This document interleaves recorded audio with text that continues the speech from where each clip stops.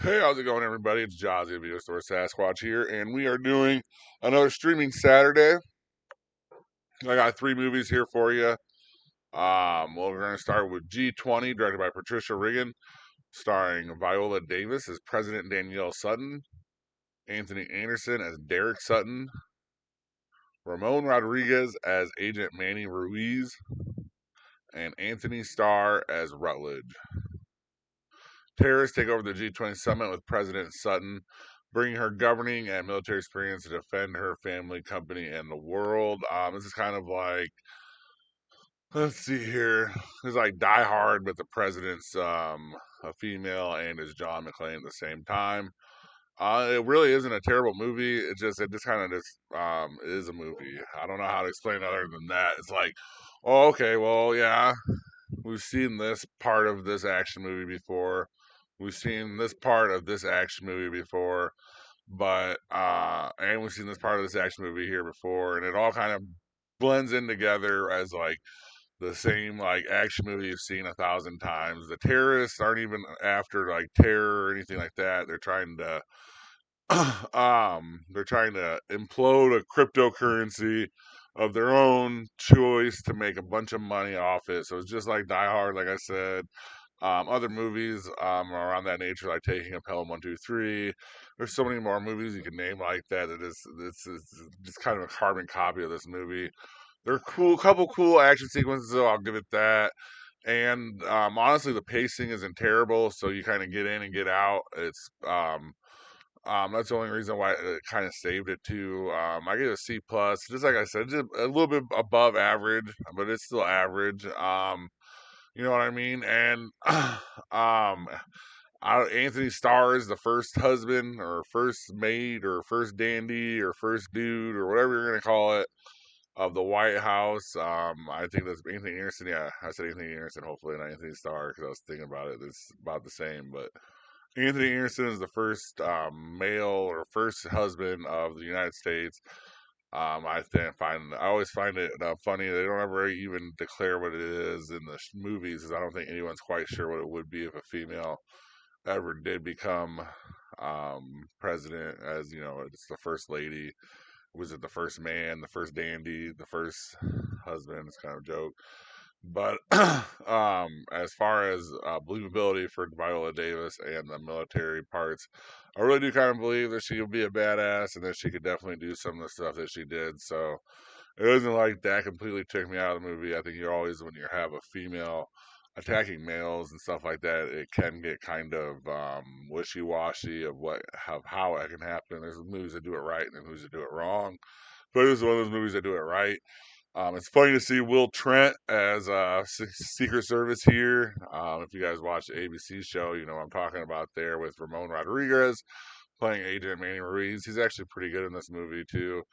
All the people are very good in it. Is Anthony Starr, Australian, or was that just a hell of an accent? Because he did a very good job there with his character too. Marseille Martin as Serena, very well done. Clark Gregg is in this from the Avengers, and Elizabeth Marvel as well as some other people you might know. There's this movie really does have a good pacing in it, and it's really not too terribly long. So if you're just like, and it's brand new on Prime, so if you're just like looking for a new movie on Prime to watch and it's free, check this one out for sure, 100%. And that is G20, directed by Patricia Riggin. It's kind of perfect because all of the movies we are doing today are action movies. So the next one we're talking about here is The Order, directed by Justin Kurzel, starring Jude Law, Terry Husk, Nicholas Holt as Bob Matthews, Ty Sheridan as Jamie Bowen, and Mark Maron as Alan Berg. A series of bank robberies and car heists frighten communities in the Pacific Northwest. A lone FBI agent believes that the crimes were not the work of financially motivated criminals, but rather a group of dangerous domestic terrorists. It's pretty much a white nationalist group in Idaho, based on a true story. I think this movie was very good. Had a very good timing on it. I watched it in the first couple scenes. There are a robbery, and I was like, "Damn, it's been a while since you've seen like a good solid bank robbery, same bank robbery movie. Hopefully, this is one of them, and this is definitely one of them. I mean, this was like a throwback to early 2010s, around there, with the action sequences and the story wise. Jude Law is very good in it. Um, Journey Samole is actually pretty good in it. And then it's weird and it's awesome to see Nicholas Holt out of the X Men kind of game here. And the same with Ty Sheridan too, out of the X Men game here, and doing their own thing here. There's just a lot to like about this movie. It's a true story, like I said. The people end up getting like 300 years in prison. It said it ends with a like a very awesome explosive ending. So it's like it is a little bit of a slow burner, but I still say it's perfectly timed because everything's like perfectly timed. It's like an old western. You're like waiting and waiting and waiting, and then you get this awesome shootout at the end, and then you kind of figure out everything that happened from there and who is left and whatever happens. Yeah, I mean, this is a good chase movie. Like because the cop is on the whole time. Jude Law is on Nicholas Holt this whole time, and it's interesting to see how the character himself broke off from the white nationalist group that he was involved with. Because even though they kind of like say it is a white nationalist group altogether and all that, the group that he was involved with was like, this dude's a little bit too serious for us. So think about that when you're thinking about what was going on with this guy. Probably more inspired by the IRA, because this would have been like 19. Did it have a year on it? Like 1979, 1982, somewhere around there. So like 1977 to 1983, somewhere around those years. This was going on. So I'm sure there was a lot of IRA involvement with the bombings, and he basically was using all Bob Matthews, or Nicholas Holt's character, was basically using all the bank robberies and stuff like this to fund his part of the white nationalist group, like pretty much playing Robin Hood, like most criminals would. Jesse James did it. It's a natural occurrence here, so he probably definitely got that from Jesse James and stuff like this. So it is a very good story, a very good movie. It was on Amazon Prime. I gave it a B minus overall.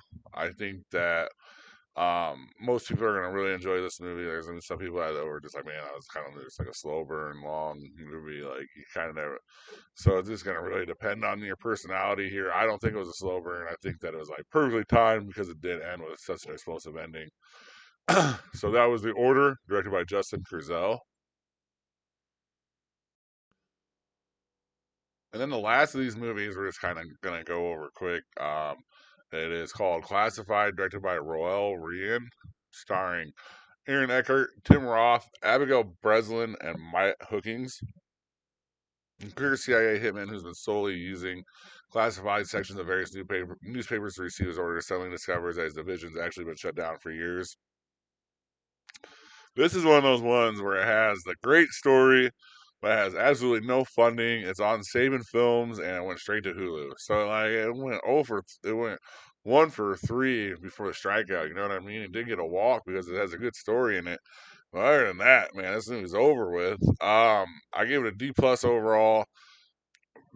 I wouldn't even say it's slow. I'd say it's actually kind of all right timed, but they just wasted Aaron Eckhart. They wasted Tim Roth too. I mean, I don't even know. Like if I would have told you like 15 years ago, maybe Aaron Eckhart, Tim Roth, Abigail Breslin, yeah, people would probably be excited, and there'd probably be a lot of fanfare behind it. And then like now, it's like this movie was on Saban's shelf. It barely would have made a video store, on a DVD. Really, when you look at the quality of some of the takes of this movie, I'm not really sure where they're even supposed to be because the background and the cities and all that stuff that they're in is just so like bland and ordinary and normal. They could just be anywhere. I think that's the point. I think I saw New York plates. There ain't no way they were in New York though. The guy basically would go into the town, pick up a suitcase that he left at whatever place, usually like a museum or something, and then he would go take the suitcase, check into the hotel, and then inside the suitcase would be the weapon that he needed and whatever person, basically the dossier of the person that he was going to go after. And that man is Aaron Eckhart. And through this is how Abigail Breslin found him, and then we end up finding out that I believe um, she knew his ex-wife somehow, or his ex-wife trained him, and he didn't believe it. And that's kind of how they linked together to kind of take on this corrupt organization. They said Tim Roth died like way in the beginning of the movie, and then you end up it just there's just so much bad about this movie, and it's like they followed every terrible action trope there is. So I feel bad for everyone involved with this one. And that one was Classified, directed by Royal Rand. Um, let's see here. It is streaming Saturday. So we have one more video for you, and that is the Monday morning review for this week. We will be on the amateur, so it's kind of perfect that we got to see three action movies, even though it's like three different quality action movies, which is like perfect because we got a B, C, D.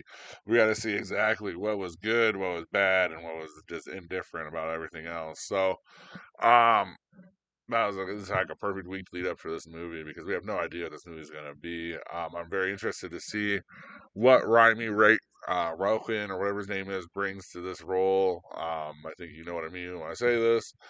So, especially if you kind of follow movies and understand his characters and stuff like that in the movies, you understand like some of the like hesitance I have of this movie. But I'm definitely down. I'm gonna go see it, and that will be our Monday morning review. Comment in the section below if you guys seen one of these movies or thought about watching one of these movies, and tell me what you thought of them. Um,